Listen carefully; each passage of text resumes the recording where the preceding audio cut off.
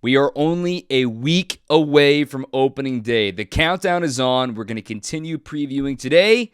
It's everyone's favorite, the catchers. Don't go anywhere. This is Locked On Brewers. You are Locked On Brewers, your daily Milwaukee Brewers podcast. Part of the Locked On Podcast Network, your team every day. Welcome in, everybody. I'm Dominic Cotroneo, along with Vinny Rattino. Thanks for making us your first listen of the day. This is Locked On Brewers, your only daily podcast dedicated to the Brewers all season long. We're a week away, Vinny. We keep reacting to it. Today we're talking about the catchers. We're talking about the DH position, but there's also some roster news today that was broken in yesterday before the game, that Jose Urena has signed a minor league deal and then quickly added to the 40-man roster for the Brewers. Instant gut reaction to the former Marlin. Last year he was with the Tigers. It sounds like he is on the team for bullpen depth. He's not on the active 26-man, 28-man roster, but he went straight to the 40-man. Does that surprise you at all? It does. I've never seen that happen. He signed as a minor league contract, brought him in as depth, because obviously he had the down year last year with a 5.1 or 5.81 ERA, and then all of a sudden he's on the 40-man roster. I've never seen that before, but what I read was they just wanted to get a closer look at him, wanted to bring him into camp. They must have promised him, like, hey, this is just the opportunity to get a closer look at you, and then we're going to just add you to the 40-man, and you have a really good shot at making the team. He's got to make the team, otherwise he gets taken off the roster, just because he is out of options. So we'll see how he looks in camp. I mean, the other gut reaction I had was I like the signing, right? He provides the ability to start and to go long out of the bullpen, and he has a tremendous sinker and a really good changeup as well. He's been really tough on righties in his career. So you heard David Stearns talk about how he has the Brewers are going to try and find a way to get him a little bit more effective against lefties. I bet they do that because they've been really good at being able to tweak guys and get the most out of these guys. So yeah, I like the signing. I definitely do. I'm under no illusion that he's going to all of a sudden turn back into a guy that's going to have like a sub-4 ERA out of the rotation or anything like that. But I do think it's good kind of bulk to get some bulk innings. For me, I think it's just depth. I personally, maybe there's something we don't know yet that's coming out of this, but I don't see where he fits in to this roster. I mean, in theory, he would be a right-handed Brent Suter role as far as being a swingman, being multiple innings if a starter does go too short. His slider was really good against righties. I think that's what you're thinking of from last year. A 213 average for righties against his slider, which was his best pitch last year. He had the most swings and misses on it. He spins it pretty well. He gave up a lot of loud contact over the last few years. I mean, it's depth. We don't need to go too deep into it, but we'll see him here in this final week of spring training. We will. And the one other thing I'll say is this guy has tremendous character. I actually played with him in 2015 with the Marlins. My second to last year playing was in AAA. Tremendous competitor, tremendous character. So that's no surprise that I'm sure the Brewers did their homework on that, because it seems like that's all they bring in is high character guys, competitors. So that is the other thing. So yeah, I mean, I'm with you a little bit. I just also think, like, you know, they don't add him to the 40-man unless they have some plans for him to break with the team, but maybe try and sneak him through waivers if it doesn't work out, early on. And it's the other benefit of having the 28-man roster to break camp. You can take a gamble on a guy like Jose Urena. So the 30-year-old now will get the ball. Last year he was 4-8, about a little more than half the year as a starter. A 5.81 ERA, 26 games, 18 of them were starts. He threw 100 innings last year, but a lot of loud contact, like we said. But let's get to the point of today's episode. We are continuing our positional breakdowns of the team. Last week, we talked about the infield picture. That was including Luis Urias. The week prior, we talked about relievers. And then still during the lockout, we talked about starters. So today, we're talking catchers and DH, which is maybe the lightest episode of this series. Then next week, we'll close things out with the outfielders. But let's start with the first thing that we have to get out of the way. The longest tenured Brewer is gone. Manny Pena, a backup catcher that can hit, is very, very, very rare. and I think the Brewers will miss him. I'm intrigued to see what Pedro Severino does, but can you explain the impact that Manny Pena gave to this lineup the last 6 years? I mean, at the end of the day, yes, Manny Pena impacted the lineup just with the ability to come up and hit some big homers. He actually really took a step forward this last year in terms of, I mean, I'm just looking at the numbers. 13 bombs last year and only 208 plate appearances. That's really, I mean, extrapolate that out. I mean, I don't think anyone's under any illusions that Manny Pena would have hit 45 home runs for the Brewers if he played every day, but I'm just saying that's a lot of homers. My goodness, he hit a lot of big ones too. It impacts the lineup because it's just a bonus. You don't expect much from a defensive guy. On the offensive side of things, a 732 OPS. That's pretty darn good. And the other thing that he did, and it goes without saying, is how much he impacted the pitching staff. They trusted this guy. That he's been there, done that.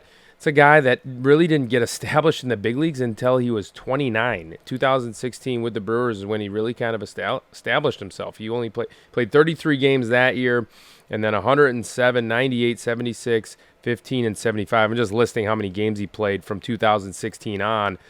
And that's kind of the sweet spot, is when catchers figure out how to hit. And that's where, I know we're talking about Pena, but that's where Pedro Severino is in that sweet spot as well. So hopefully there is a similarity here to the progression. But long-winded answer, definitely impacted the team on both sides, both offensively and defensively. As for Severino, it's kind of great timing for him, given he was granted free agency at the end of last season after 3 years with the Orioles. He had a career high in games played, career high is pretty much across the board as far as counting stats go. He had more plate appearances. He had 18 doubles, 11 homers. He hit 248 as well in that limited playing time. You're bringing in a guy now in free agency to be your backup catcher that's got over 320 games behind the plate in his career and also has a little bit of pop. He's 28 years old. He's from the Dominican. And we've seen a lot of Pedro catching in the first half of camp, given he had to learn all these guys as soon as possible and how hard it had to have been in this shortened camp. But Pedro Severino is going to be the backup catcher for the Brewers this season, replacing Manny Pena. What have been your thoughts from his camp so far? I looked at some of the video from Pedro Severino from last year, and he's got one of the best catching coaches in Baltimore in the business in Tim Cousins as the bench coach for Brandon Hyde in Baltimore. But he's got a better one here in Milwaukee named Charlie Green. Mm-hmm. And Charlie has quite the track record with developing catchers. And I know I talked to Charlie on this, and Walker McKibben and Nestor Corredor have taken Pedro Severino under their wings, and obviously I think Charlie Green, he's so humble. He also has had a hand in it. You got to believe that. And I think he looks pretty good. I think the hands look a little bit improved. What they told me that they did was they just simplified things for him. I think catching has kind of gotten a little bit complicated with the multiple setups and stuff like this, and they just simplified things for him, and he's been able to really implement some of the things. He was 57th in framing last year. 57th out of like 60 catchers that I looked at on Baseball Savant, and it was bad. He struggled with the glove. So I think you'll see an improvement there, and I think that's probably why the Brewers did go ahead and sign him, because again, it's the guy that they think that they can get a little bit more out of, and I think that they will. I like this signing, and I can see not big things from Pedro Severino, but I can see him impacting and bringing value to this club. Well, it's funny you mentioned framing, because if you clicked around enough on Savant, you saw who was leading that framing leaderboard last season for all of Major League Baseball. Catcher framing runs saved is a very advanced metric. It's tough because it's all tracking in the shadow of the strike zone. It's kind of subjective as far as, umpires and strike zones and things like that. But Omar Narvaez was number one in catching framing runs saved. 10 catching framing runs saved, ahead of the Rangers' Jonah Heim and the A's' Sean Murphy and the Rangers' Jose Trevino. And I don't know if many folks know about Jose Trevino. This dude in the minor leagues, who I've seen personally, is one of the best framers I have ever seen. And the fact that he's fourth and Omar's ahead of him, if Pedro can learn from Omar, it's an art, and it's a beautiful thing no matter how much longer it lasts until we get the automated strike zone. It's a beautiful thing to steal a few strikes with the best pitching staff in baseball. It is, and I agree with you on the framing stat. It's a little bit weird and subjective. Totally agree. But guess who was the leader in 2020 as well? Omar Narvaez. Want to know where Omar Narvaez was on that leaderboard in 2019 when he was with the Seattle Mariners? And this is a testament again to Charlie Green and the staff that's helping these catchers out. I can't even find him. I'm scrolling. He's not anywhere close, just to let you know. So Omar Narvaez made a huge leap, and again, it's a testament to the coaching staff and the development, Charlie Green and the likes. So yeah, it is definitely a valuable thing to have a pitcher be 1-1, and all of a sudden a strike is stolen that should be called a ball, and now all of a sudden it's 1-2. I actually hate the idea of an automatic strike zone because we're not going to see that much anymore. I think it is definitely an art, definitely part of the game. So, yeah, we're hoping that Pedro Severino can follow in the Omar Narvaez type of mold, that type of progression. And to your point, 2019, he was 57th out of qualified catchers of 64. And that was with Seattle. Then 2 years later, he's at the top of the leaderboard. That's pretty impressive, and that's the track record for the Brewers coaching staff. Let's talk a little bit about Omar, though, at the plate. Remember, he got off to that epic start last season. Definitely calmed the waters as far as, all right, this is your everyday catcher. Let's see what he can do. And he got off to a torrid start, and the hamstring kind of hurt him at the worst possible time. He earned an all-star nod, but for the first into June, his first 42 games, he was hitting .315. I mean, this dude just kept on hitting. He was hitting .300 in the month of June as a catcher, and that's so rare to find. Sure, you want, maybe some folks would nitpick and say, oh, I need a little more power. He's getting on base. What more do you need from your catcher? And Dom, I would argue that he kind of kept the team afloat early on when they were really having a hard time scoring runs. He really came up with some big hits. He was really one of the only guys that was consistently hitting for, gap power and an occasional home run. And like you said, getting on base with those really quality at bats. I would argue he kept the team afloat until that Willy Adames transitioned the team into becoming a little bit more of an offensive power. But my goodness, he was phenomenal with his at-bats. The thing that stood out to me last year for Omar Narvaez, and I got to be honest, I wasn't a believer that he was going to be able to get there, was that staff leadership mentality, that staff leader that they desperately needed from him. He looked like a different dude. Like, he looked like a guy that was taking charge. He looked like a guy that the pitchers were super comfortable throwing to. He looked like a guy that the pitchers were really leaning on for guidance through a game with those fingers that he's putting down. So that was the biggest step and the biggest jump for me that he took last year. I think he ran out of gas just a hair late. And like you said, the hamstring probably, strung him. But anyway. But anyway, it was a phenomenal year from Omar. We're definitely needing that and looking forward to that again from him this year. I mean, he's always been a hitter. He's a career .266 hitter with a .750 career OPS. And coming off of a really rough go of it in 2020, it was really great to see him rebound the way he did. 11 homers and 20 doubles as well for him. 20 doubles was a career high.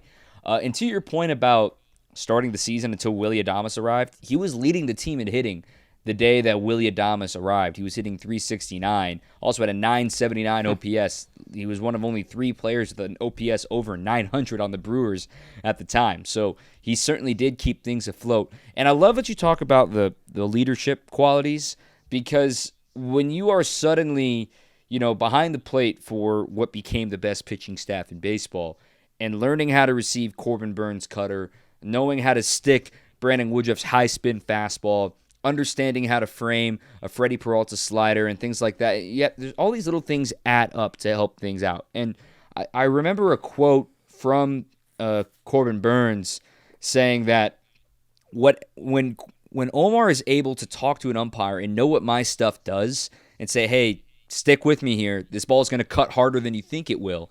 And that just shows the leadership of saying, hey, a catcher knows he's got to steal a few more strikes, but the umpire's got to be aware of, this ball's going to move a lot more than you think. Stay with me here. It's going to come backdoor, and we saw so many strikeouts last year from Burns on that backdoor cutter. And those are the little nuances that a really good catcher, a seasoned catcher, brings to the table.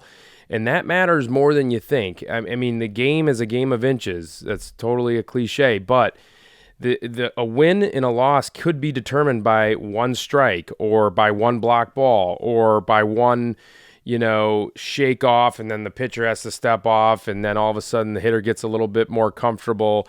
And, the pitcher's out of his rhythm. Like, that stuff matters, and that stuff goes unnoticed by most people. And that disrupts the rhythm of the game between the pitcher and catcher. And again, that could mean a win or a loss. And Omar, again, I think he really took that step forward. I played with this guy. My last year playing was in 2016, AAA for the Chicago White Sox, for the Charlotte Knights. And Omar was on that team. And I got to tell you, I didn't expect him to develop into this type of a staff leader. I think he was a guy that was, worried about getting his hits and throwing runners out. And he's got a new identity. He is that staff leader, and he's never not going to be that now, because I think he's really established himself, and you can sense that this guy really takes a lot of pride in that part of his game and a part of the game. So tremendous job by him.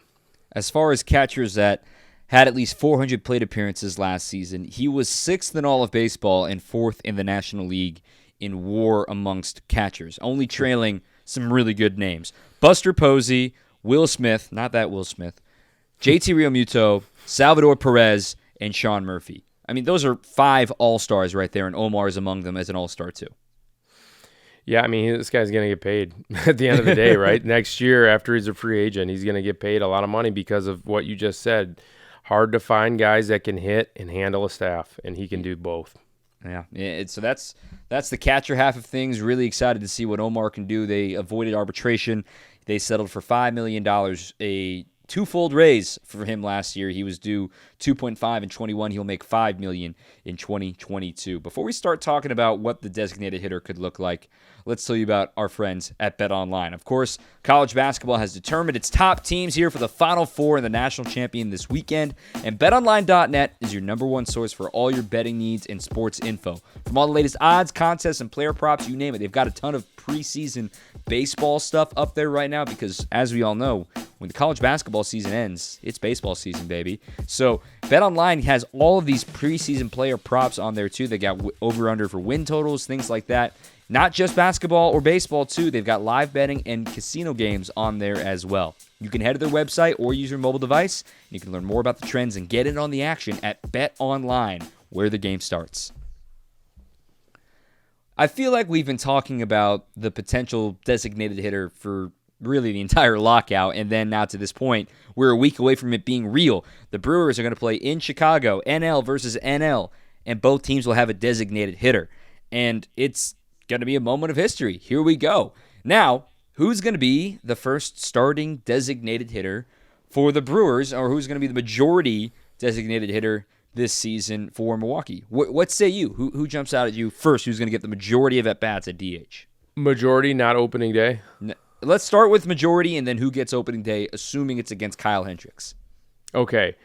Majority DH is going to be Andrew McCutchen. And the reason why is because they want to keep him healthy. They want to keep the bat in the lineup. They want to keep him healthy, keep him fresh. He could certainly play. I think you could argue that he would probably play a better corner than Hunter Renfroe. Could be argued. I think Hunter Renfroe looks pretty good out there actually this spring. But to keep him healthy, I think Kutch.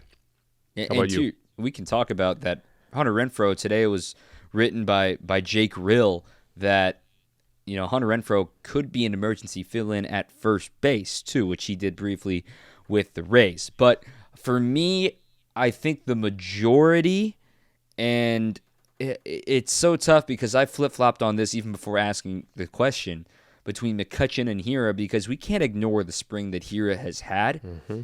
But he does have another option. He can go down and make sure he rakes. As I think the Brewers would rather have Keston continuing to get ABs in AAA, making sure he's ready. And if he forces his way up, he forces his way up, because he's not the type of guy that's going to do well with sitting for 4 or 5 games at a time. So that's why I say McCutchen, but I think Hira's a lot closer than we're giving him credit for.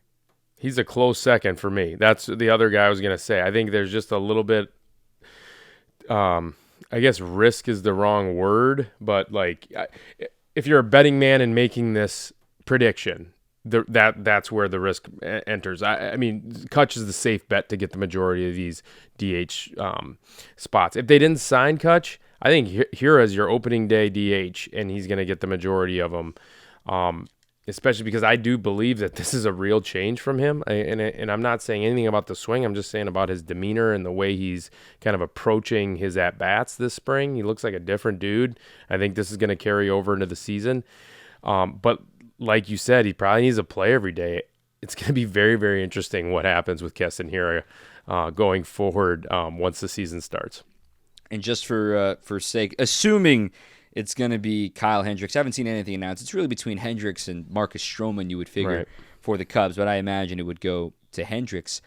Just for the sake of comparison, if you were just picking opening day, Keston Hiura in his career against Kyle Hendricks is 3 for 17, whereas Andrew McCutchen is 6 for 30. Neither one of them have gone yard off of McCutchen. So, I mean, hey, it's the blink your eyes and all of a sudden you're 0 for 4 against Kyle Hendricks. Not many guys hit him well, but that's just something that they will be looking at as well.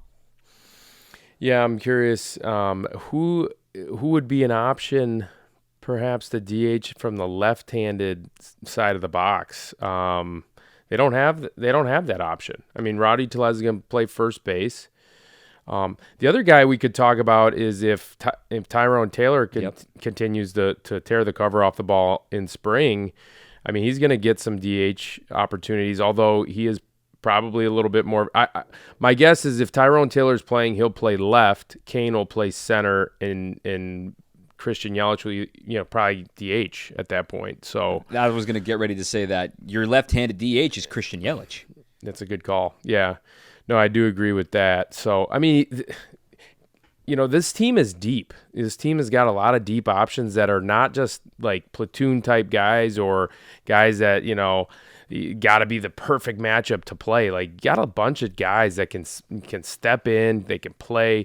Jace Peterson could probably be a left-handed DH. I like that point where you say Jace Peterson's another left-handed bat. If he's hot, throw him in there at the DH. And the DH is another opportunity for Craig Counsell to give guys the half day off. You hear about American League managers being able to do that for a long time. Well, now it's coming to the NL, and you get that half day off, keep guys off their feet for at least half the game, not playing defense. It could go a long way in a long season, especially condensed the way it is with doubleheaders and things like that. I'm intrigued to see how Craig Counsell uses his DH position for the rest of 2022. We got one more quick little segment coming up talking about MLB Network's top 100 right now countdown. Got a few more Brewers that made the list in the last couple episodes. It's been going on all week long. Before we do that, we're going to take a quick break. So we talked about the fact that Willy Adames made it into the first 20 as well as Christian Yelich in the first episode of this the other night. Willy Adames was number 81. Christian Yelich was number 100, and we learned that Devin Williams is not included in the top 100, even though last year's Rookie of the Year, Jonathan India, is in the top 100, but I rest my case on that. It should be Devin Williams in the top 100. The last 2 days, we saw Freddie Peralta slot in at number 75, which, awesome. He's getting his roses. He's getting his credit due. To say that Freddie Peralta is your third option, and he's a top 100 player in baseball, another great example of the spoils that we have in Milwaukee. Without a doubt. I mean, I just saw him pitch yesterday against the Padres, and against the Padres, and it was good. And he looks exactly the same. He looks like he's really trying to refine that changeup. And like you said, this is a pretty impressive starting pitching group that, Freddie Peralta is at number 75, top 100, and he's slotted to be your number 3. So, and let's make no bones about it. He's going to be sliding or rising well above that. I think he's probably down that far on the list because he did get hurt and he missed a few starts, and his innings totals were a little bit lower than, some other guys on this list. So he's as good as anybody in the big leagues. He just is. He's as good as any starting pitcher in the big leagues. You look at the numbers, it was like 12 and a half strikeouts per 9. The walks were a little higher, but no one squared him up. The OPS against was minuscule. He was absolutely dominant for the entire season. So they're more than pretty spoiled. They're very, very spoiled. They have a chance to win every single night, especially those top 3 guys, but also those bottom 3 guys. They have a chance to win every single night. All right, now I got a bone to pick, okay? So we move into the top 60. Josh Hader is listed at number 60. Liam Hendriks is listed at number 59. I know that's producers, just giving them a chance to talk about 2 closers at the same time on TV. How is Josh Hader listed as a number 1 closer when you do your top 10 per position on MLB Network, but yet behind Liam Hendriks?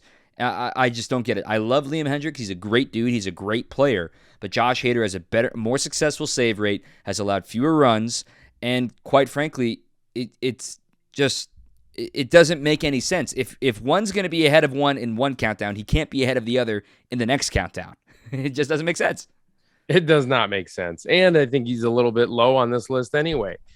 Yeah. I know that relievers kind of they don't get their due, but my goodness, is he good. And I'm assuming there's no other relievers then on this entire list after 59. Yeah, there can't be. There can't be. So I get it. They only, they're limited in how they impact the game in terms of the volume of innings that they throw, but he is pretty special. They're both special, but Hader is definitely, first of all, yeah, agree.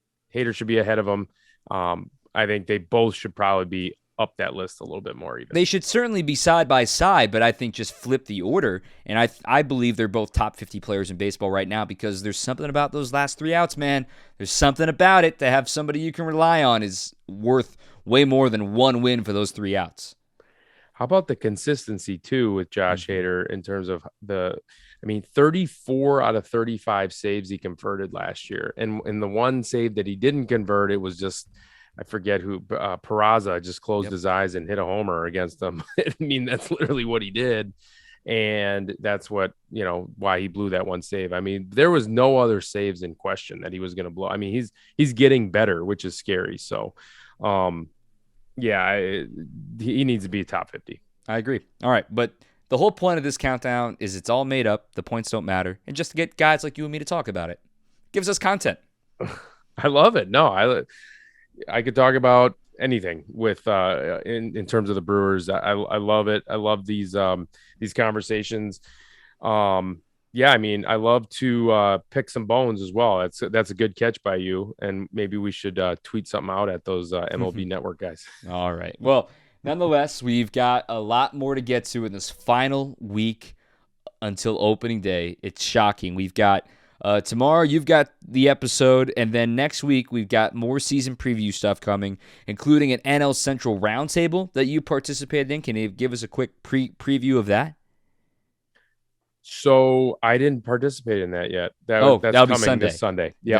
Got it. But it'll be posted on Tuesday. So I appreciate you stepping in for me because I got to work. I'm actually working that night. So I'll be back with the Brewers telecast on Sunday and Tuesday. So I'm hyped to be with Brian Anderson and company on that one as well. It's the countdown is on. We're a week away. Holy cow. We're a week away. We're a week away to the start of the Brewers trek towards the World Series and 100-win season. You're tripling down now. I've quadrupled and quintupled down. I don't even know how many times I've said this now. See if you can go get that at Potawatomi then, maybe. I don't know. But he's Vinny. I'm Tom. Thanks so much for listening, everybody. We will see you tomorrow. Thanks for making us your first listen, and we'll see you tomorrow. Keep on swinging. You are Locked On Brewers, your daily Milwaukee Brewers podcast. Part of the Locked On Podcast Network, your team every day.